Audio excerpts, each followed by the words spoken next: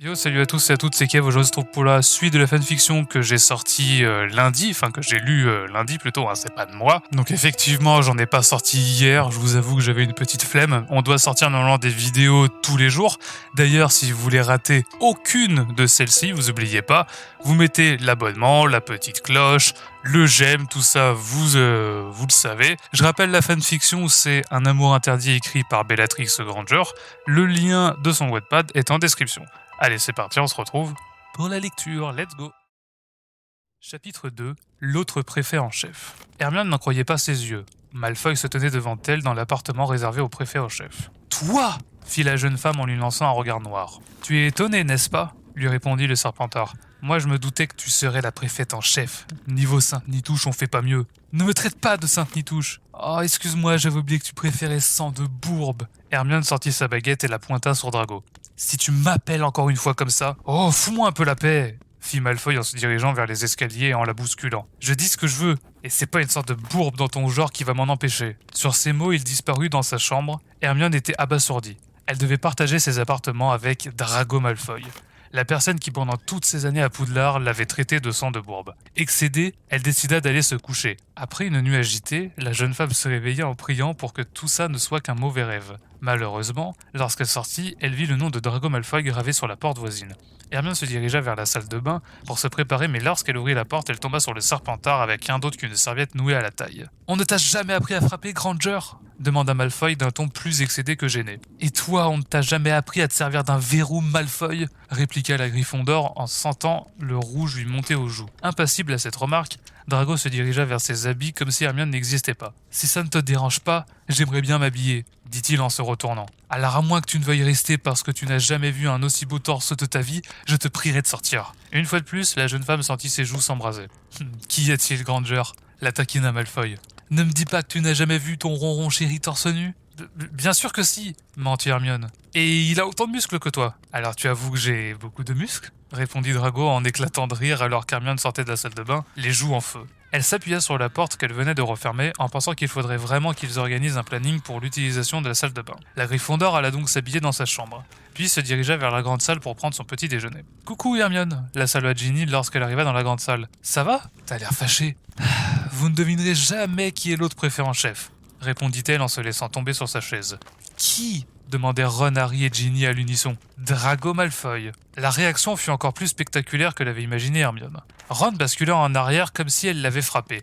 Ginny plaqua ses mains sur sa bouche avec une mine horrifiée et Harry ouvra sa bouche si grand que les mouches pouvaient facilement y entrer. « Attends, tu te moques de nous là ?» demanda Ron en se relevant. « Cohabiter avec Drago Malfoy ?» souffla sa sœur, comme si elle n'arrivait toujours pas à y croire. « Est-ce qu'on peut parler d'autre chose, s'il vous plaît ?» demanda Hermione. Le reste du repas se passa sans que le nom de Malfoy ne soit prononcé. Malheureusement, Ron, Harry et Ginny durent aller en cours. Hermione, elle, avait une journée de repos pour s'arranger avec l'autre préfet en chef. « À tantôt !» la salue Ginny. « Bye !» La Gryffondor dut avec regret retourner dans ses appartements en priant pour que Malfoy ne soit pas là. Lorsqu'elle entra, elle crut pendant quelques secondes que son vœu s'était exaucé. Mais le Serpentard sortit de sa chambre et alla s'asseoir dans le canapé. « Il faudrait que nous nous organisons pour les rondes, » dit Hermione en s'asseyant devant lui. « Les rondes ?»« Oui, les rondes, celles que nous devons faire tous les soirs. »« Je suppose que tu as déjà réfléchi, » fit Malfoy en soupirant. « Oui, » souffla la jeune femme. Nos rondes dureraient 1 heure. 1 demi-heure avant le couvre-feu et 1 demi-heure après. On est vraiment obligé de faire ça ? Oui, s'énerva Hermione. Et si ça ne te va pas, tu n'as qu'à aller te plaindre au professeur McGonagall. Ah, c'est bon, fit Malfoy étonné. Calme-toi, Granger. Non, je ne me calme pas, Malfoy, hurla la Gryffondor en se levant brusquement du canapé. C'est déjà assez compliqué de savoir que je vais devoir passer 1 année à cohabiter avec la personne qui ne m'a pas arrêté de me traiter de sang de bourbe pendant 7 ans, mais si en plus il me laisse faire tout toute seule pour après râler parce que ça ne lui convient pas, je crois que je vais renoncer au poste de préfète en chef. Les larmes perlaient au coin de ses yeux. Hermione sortit de l'appartement en laissant Malfoy figé sur place. Elle alla à la bibliothèque pour trouver du réconfort dans ses livres. Déjà toute petite, quand elle était triste, elle lisait et tout le monde autour d'elle s'effaçait. Ce ne fut que lorsque Ginny arriva derrière elle qu'Hermione se rendit compte que les cours étaient finis. « Ça va, Hermione ?»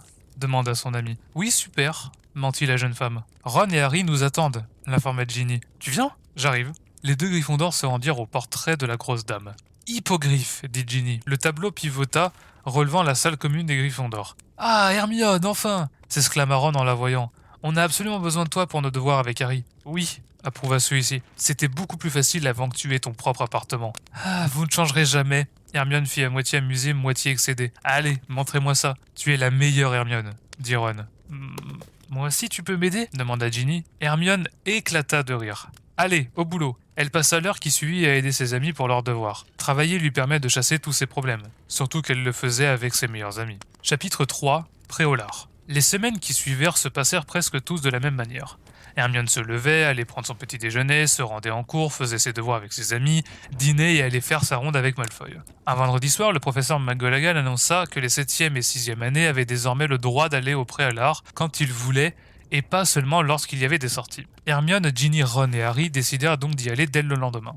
À Préolard, les 4 amis commencèrent par se rendre chez Honeydukes, où ils testèrent de nouveaux bonbons. Puis, alors qu'ils se dirigèrent vers les 3 balais pour se prendre une bière au beurre, Ginny s'exclama « Regardez, le magasin de farces et attrapes Zonko a fait faillite !»« Comment c'est possible ?» fit Ron. « Tout le monde aime les farces et attrapes !»« Je crois que je sais pourquoi », dit Hermione. Elle désigna un bâtiment un peu plus loin où une pancarte annonçait « Frère Weasley, farces et attrapes pour sorciers facétieux ». « Alors ils ont vraiment acheté un bâtiment à Préolard ?» dit Harry. « Allons voir !» proposa Ron. Lorsqu'ils entrèrent, ils virent que le magasin était déjà bien rempli de 6e et 7e années. « Tiens, voilà le trio d'or !» s'exclama George en les voyant. « Et Ginny !»« Coucou George !» la salua Hermione. « Percy est là ?»« Oui, il est à l'étage », répondit George. En effet, depuis la mort de Fred, le frère jumeau de George, celui-ci avait décidé de continuer leur projet pour honorer sa mémoire. Percy, qui avait été présent lors de la mort de son frère, avait décidé de quitter le ministère pour travailler avec George. Harry et Ron achetèrent la moitié du magasin sous les regards amusés de Ginny et Hermione. Après cela, les 4 Gryffondors se rendèrent aux 3 balais, puis rentrent au château. Pendant le dîner, le professeur McGonagall se leva et annonça « Comme vous le savez sûrement, dans un mois, c'est Halloween. Et pour cette occasion, j'ai prévu quelque chose. » Des murmures étonnés montèrent à chaque table. Ceux d'entre vous qui étaient là lors du tournoi des 3 sorciers se souviennent probablement du bal de Noël. J'avais prévu de faire la même chose cette année, mais étant donné que la plupart d'entre vous rentrent chez eux pour les fêtes, j'ai prévu d'organiser ce bal à Halloween. Si cela marche, nous referons ça tous les ans. Ce soir-là, tout le monde ne parlait que de ça. Vous vous rendez compte ? Dit Ginny surexcitée. Un bal ! J'espère qu'on ne sera pas obligé de danser, fit Harry en échangeant une grimace à Ron. Oh là là, rigolait Hermione en levant les yeux au ciel. Vous êtes sûr que vous êtes bien des Gryffondors ? Elle eut comme réponse un coussin dans la figure que Ron lui avait envoyée. Alors là, c'est la guerre, s'exclama Ginny en éclatant de rire. On touche pas à ma meilleure amie. Elle lança un coussin sur Ron et une bataille s'engagea entre les 4 amis. Suspense, suspense. Bref, j'espère que celle-ci vous aura plu. On se retrouve demain, jeudi, pour le chapitre 3. Je vous rappelle son Wattpad qui est Bellatrix Granger qui est en description. N'oubliez pas de vous abonner, de mettre la cloche pour ne rater aucune notification et de mettre le pouce en l'air. C'était Kev, bonne soirée, ciao.